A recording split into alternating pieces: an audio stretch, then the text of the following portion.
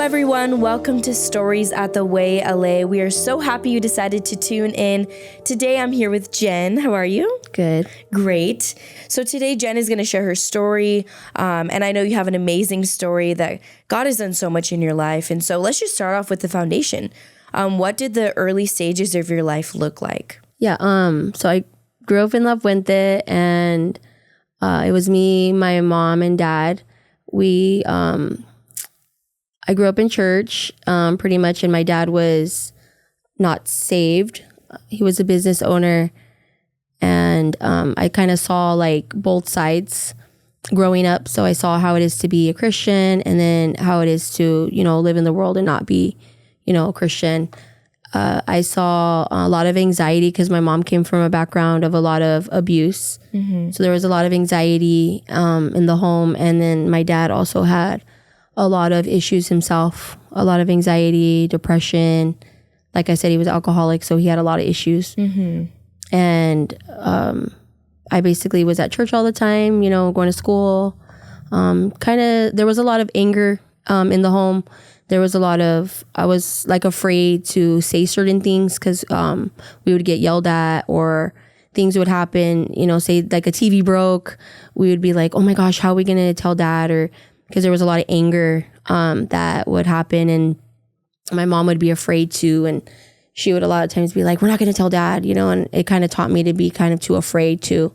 So I grew up with a lot of anxiety, and my dad not really being there for me, just not being there emotionally. Right. And he wasn't able to.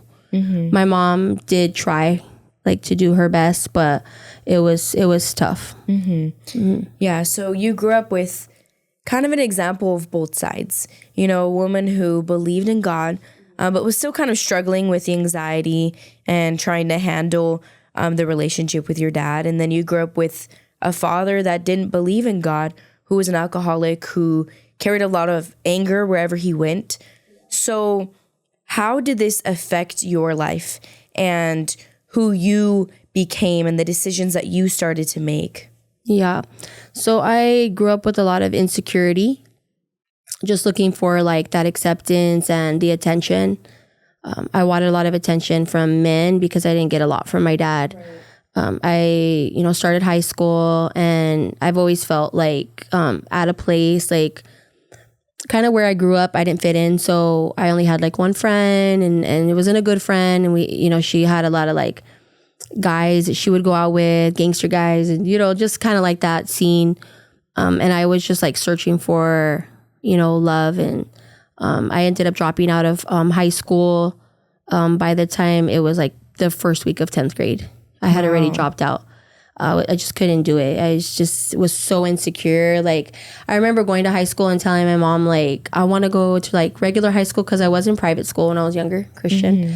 And I want to be a cheerleader, and I want to be involved. And she was like, okay. And she was kind of debating whether to put me in a public school, actually. But I ended up going and not doing any of that. I ended up dropping out. I had boyfriends really young. So at that time, I already had a boyfriend that was like 20 years old.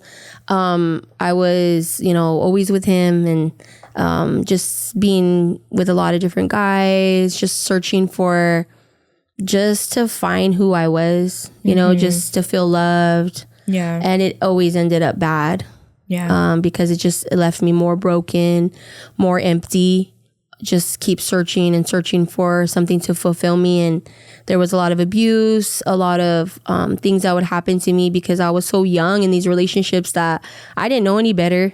And some things I didn't know what I should take and what I shouldn't. And there would be a lot of like name calling, from that, hitting, pulling hair, fighting, and a lot of that. So, yeah. So you're seeing a pattern like in your life. You said that your mom grew up with a lot of abuse around her. Now you're seeing that translate to your life, and this generational curse, really. Yeah. And you're 13 years old in a relationship at this time with a 20-year-old and going through all this abuse. How did that affect you? And what were some outlets that you went to kind of alleviate that pressure, alleviate the anger, whatever emotions you were bottling up? I think that because of those relationships, I got worse. So I would just like party, drink, just be with more guys, just try to find more things to just like numb your pain or just to fulfill you. Partying, drinking and driving, being with all kinds of like gangsters, hanging out with gangster guys and being with that crowd, putting myself like really in a lot of danger, right. Just really bad situations. And my outlets were really that. I didn't know what else to do, just but to go from guy to guy. Like it didn't work out, okay, go to the next. Like this didn't work, so try this, and just trying to fulfill all of those broken pieces, even from starting out as young and then getting to So you're kind of trying to deal with all this hurt, all this insecurity in all the wrong ways, and so it's leading you down a worse path, right? So how did that turning point look like for you? You've lived a life that is full of this abuse. This is what you know because you started at a very early age. So what did that realization happen for you that some things need to change in your life? Well, I did have I did have my daughter. I got pregnant with her at 19, so that was one wake up call. I got pregnant at 19, so it was like, whoa, I'm pregnant now. That can happen. And suddenly, I have a life in me that I got to be responsible for. And then at that time, I did have a little after that, I did meet my husband at church in the youth group. So he was a part of Adriana's life for a little while, and he was we were in a relationship for at least 3 years before we got married. And then at that time, when I had gotten pregnant, I remember, this is kind of taking a step back from not meeting my husband yet, but when I had gotten pregnant, I went to church and there was a sermon, and it was a God of the second chance. And I remember the pastor preaching that, and I was like, wow, like, could that be for me? Like, and even though I grew up in church, it was like I was still questioning it because of all the things that I did. Right. All the things that I did were really bad, and I was ashamed and thought, I don't know if that could be for me. But I'm like, but the pastor's saying, God is a God of a second and third and fourth and fifth chance. Like he's always going to take you with open arms, and I'm like, wow. And I remember going up and really feeling like broken and like saying, God, like, I need you. Like, I have a baby now. Like, it was totally a wake up call for me where I needed to change my life. I knew I needed to change my life. And I went up there and I said this, recommitted my life and really thought like, okay, Lord, like, I'm ready. And I was involved in the youth and everything after that and worship and everything, but I still had a long road. After that, I still had a lot of issues to deal with. So, sometimes like healing doesn't happen right away for you, but it happens in a slower progression. And that's how it was happening for me. I still had like a severe nervous breakdown. When Adriana was 3 years old, my daughter, that's my first daughter, I had suicidal thoughts. I was really at the end of my rope, and it was just a buildup of all of the hurts and pains that even though I was saved and I recommitted my life to Christ, I had all the things that I had to deal with and really like forgive and just be exposed of all the things that I went through that I was just trying to push down away, that they didn't happen. And God just, started changing me slowly, but I did have to go through that breakdown. And I call it a breakdown because I was completely emotionally unstable. I was wanting to kill myself. I was completely depressed, anxiety through the roof. I mean, just completely messed up. And they medicated me for a little while. And I remember being on it for a while. And then I remember going to church and doing everything, as a Christian, right? We're trying to serve God. And I remember praying to God to deliver me from having to take medication because I didn't want to be on medication. I'm not, there's nothing against medication, but I did not want to be on medication. And I wanted to be free, totally free from that. And so I believe God can deliver me totally from this. I don't need to rely on this. And so I would go up to the altar and God delivered me from that. And I remember one day I forgot to take my meds, which I don't recommend that to anybody, but it happened for me that way. And I didn't take it. And the next day I didn't take it and I didn't need it anymore. And I thought, God, you delivered me from that. And that was kind of another chapter, to make me realize like I really need God. And he was really faithful to me. Yeah, I love that.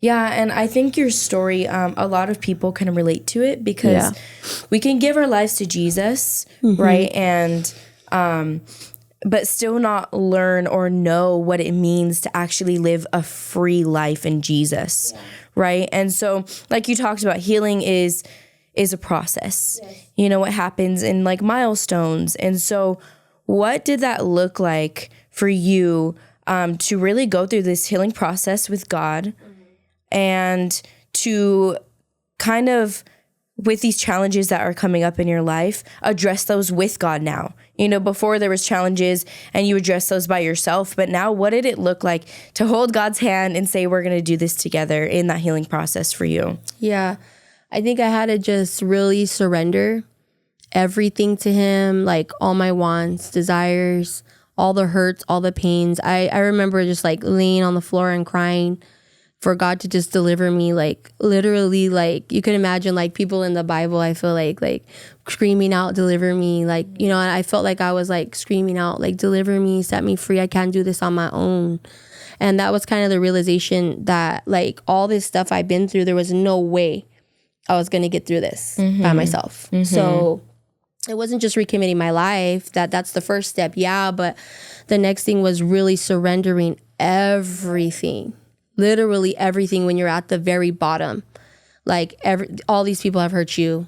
You have all these, like all this unforgiveness. You have all of these things. And you have to say, God, I give you everything. Literally everything. And you could be afraid, but you're doing it by faith, you know, and you're trusting that he's going to help you along the way. And he definitely has helped me along the way. Definitely. Yeah. I love that. And you're talking about the faithfulness of Jesus. Like when you surrender everything to him, he is so trustworthy. We can trust him with our emotions. We could trust him with our past. We could trust him with the trauma. Yeah. And he's faithful. Yes. And he's the great counselor. And I love that you've been able to experience the faithfulness of God, not only when you got saved, but you know, here today, you're experiencing continuously the faithfulness of God and just him counseling you through all of this. One thing I do want to touch on that's a big part of your life is your son. And I want to talk about a little bit of the challenges that you've experienced, and you could give a little bit of a backstory as well. But I know that this is a huge part of your life. This is a huge part of something that God has placed in your life to even glorify him and walk you through the process of learning what it means to be a mother, learning what it means to trust in him to a greater level. What does that look like for you in that story, like with your son and everything? Well, I do have 5 children, so I'm a mother of 5, you know, married with 5 children. My son is, I have a 23-year-old daughter, a 15-year-old daughter. Ricky's the third, so he's the 13-year-old son, 1 son, and then my 2 other ones that are girls. But basically with Ricky, he does have autism spectrum disorder. We thought he was a normal boy. I mean, I don't like to say normal, but we thought he was a typical child. But all the way up to like 2.5 years old. So at 2.5 years old, I decided to get him evaluated because I did see some things in him that looked a little different to me that weren't the norm, or like he wasn't reaching certain milestones, say. Right. So I thought, okay, I'm gonna have him evaluated. So we had him evaluated, and they did say he had autism spectrum disorder, mild case. So I thought, okay, he's mild, kind of just took it, didn't know what to do with that. Just kind of, okay, went home and did everything the same. But he did have a lot of therapy that came along with that. So he did have to have, you know, speech and behavior therapy and all of that in my home regularly. But it was still mild. So in my mind, I felt, okay, he's a mild case of autism.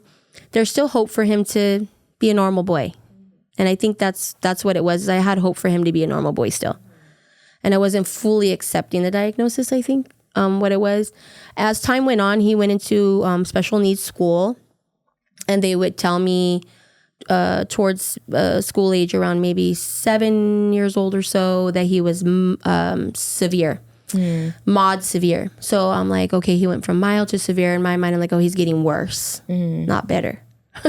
And as a mom, I'm like, okay, so he's more severe now, and I'm still just hearing this, you know, and trying to go on with my life and do all the things as a mother, take care of all my other kids. I was having still babies at the same time, I was pregnant and doing all these things, having therapy with him and trying to just make sense of all of this, run a home and just deal with all of the things that come with that. And I just remember like saying, oh, well, I think he's going to be okay. I think it's going to be okay still.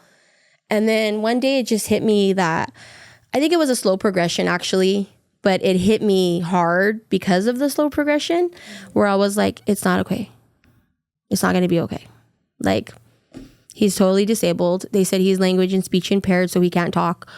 And in my mind, I'm like, okay, what's going to happen to him when I'm not here? The anxiety just started coming in me so strong again, where I was afraid for him. I was brokenhearted because he wasn't a typical boy like I thought he was and wasn't turning into one like I thought he was. So I had to go through a lot of therapy to talk about the situation because I could barely talk about it without bursting in tears and crying. I could barely mention it.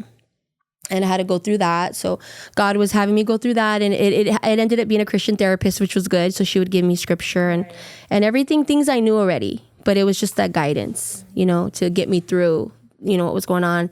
And as time went on, he's 13 now.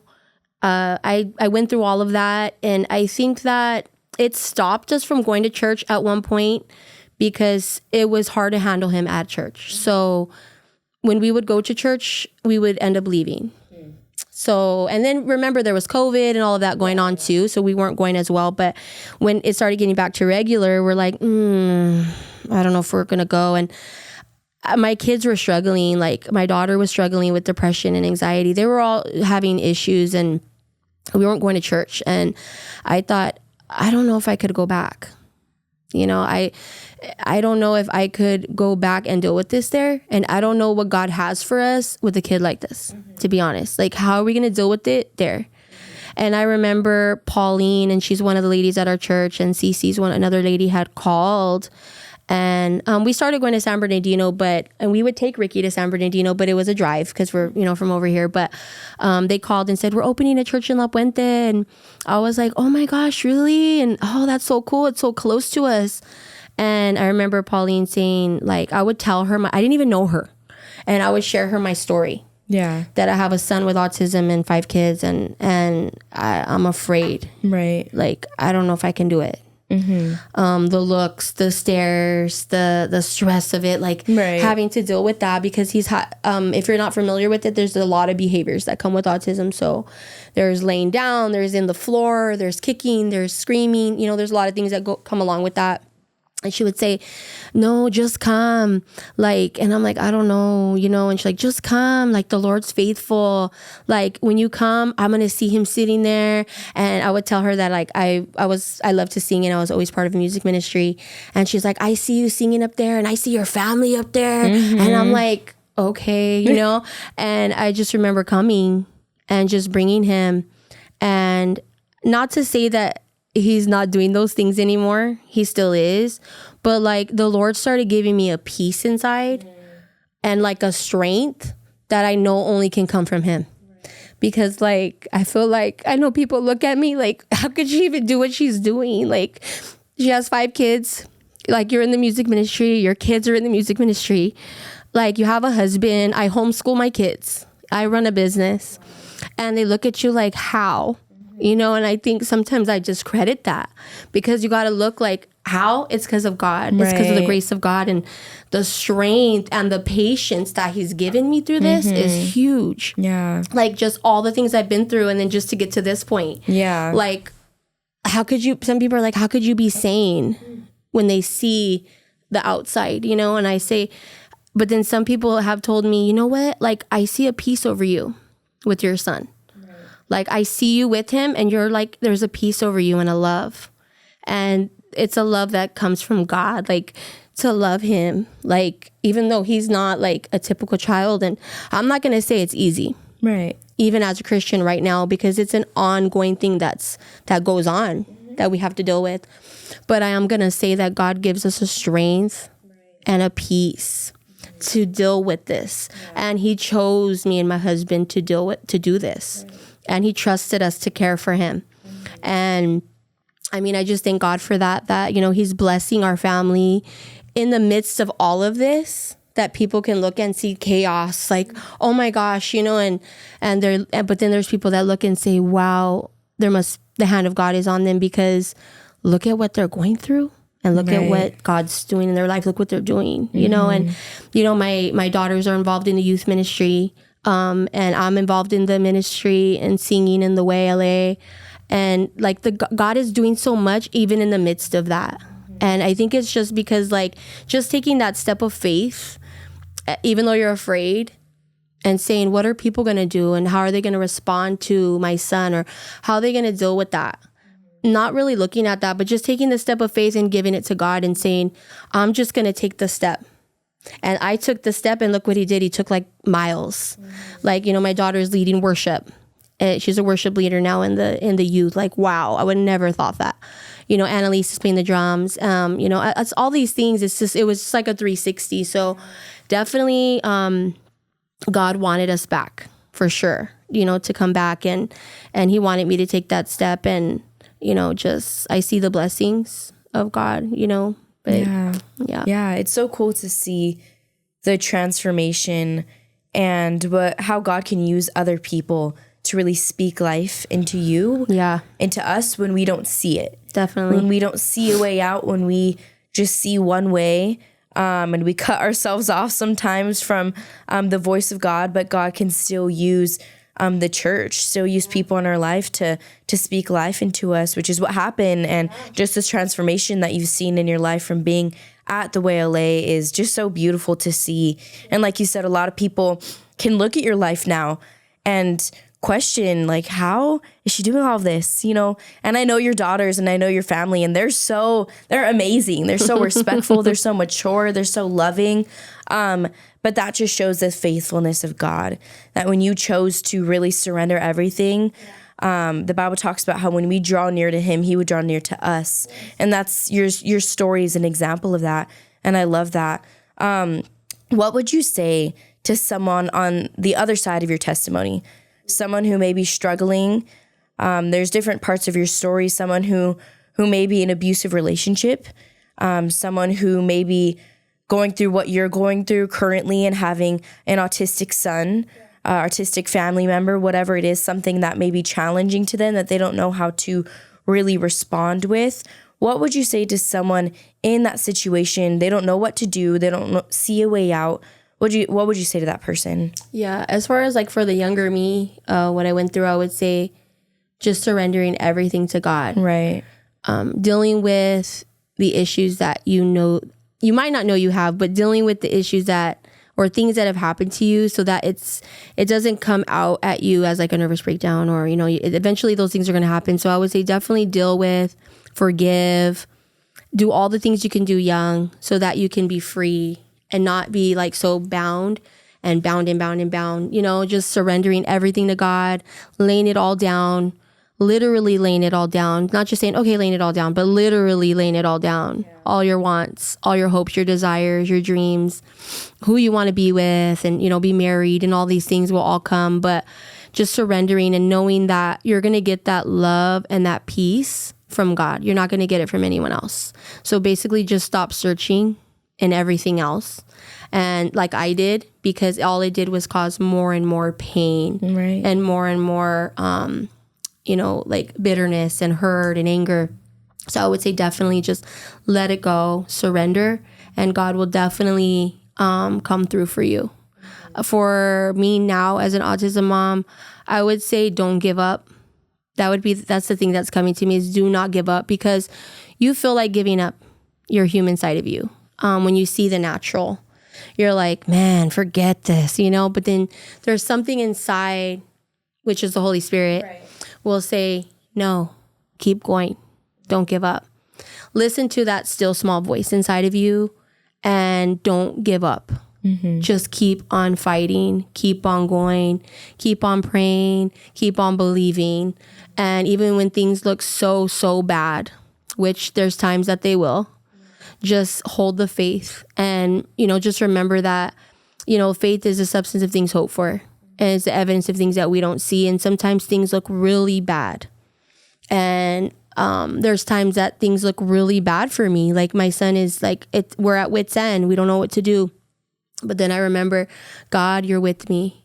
God, you're going to be with Ricky. you placed us here in his life for a reason. You gave us him for a reason. You have a plan for him, even though it looks like there's nothing, like there's not, but we have to believe. Right. And that's true faith, is when things look really bad, we're still standing our ground. Right. We're still fighting. We're still moving. We're still going. And things are coming at us everywhere. And we're like, nope, we're still going. We're still fighting. We're still going to serve you. We're still going to reach out to other people for you, for your name. We're still going to be getting people saved. We're still going to be doing these things, and just not letting those things stop you. That's what I would say, is just not losing hope, not losing faith, and keep going. I love that. Yeah. Well, thank you so much for sharing your story. Man, I've just been inspired throughout this whole thing. You inspire me, and I'm sure the viewers inspiring them. And it just goes to show the faithfulness of God, that just because we're Christians doesn't mean that we don't struggle with things. Doesn't mean that we don't go through things. We do, but we have the faithfulness of God, and we have the strength and the peace and the joy of God that really not only gets us through those things, but grows us through those things. And it always brings glory back to God. So thank you so much for sharing your story. Thank you guys for tuning in. We are so happy you guys decided to tune into the stories at The Way LA. We'll see you next week.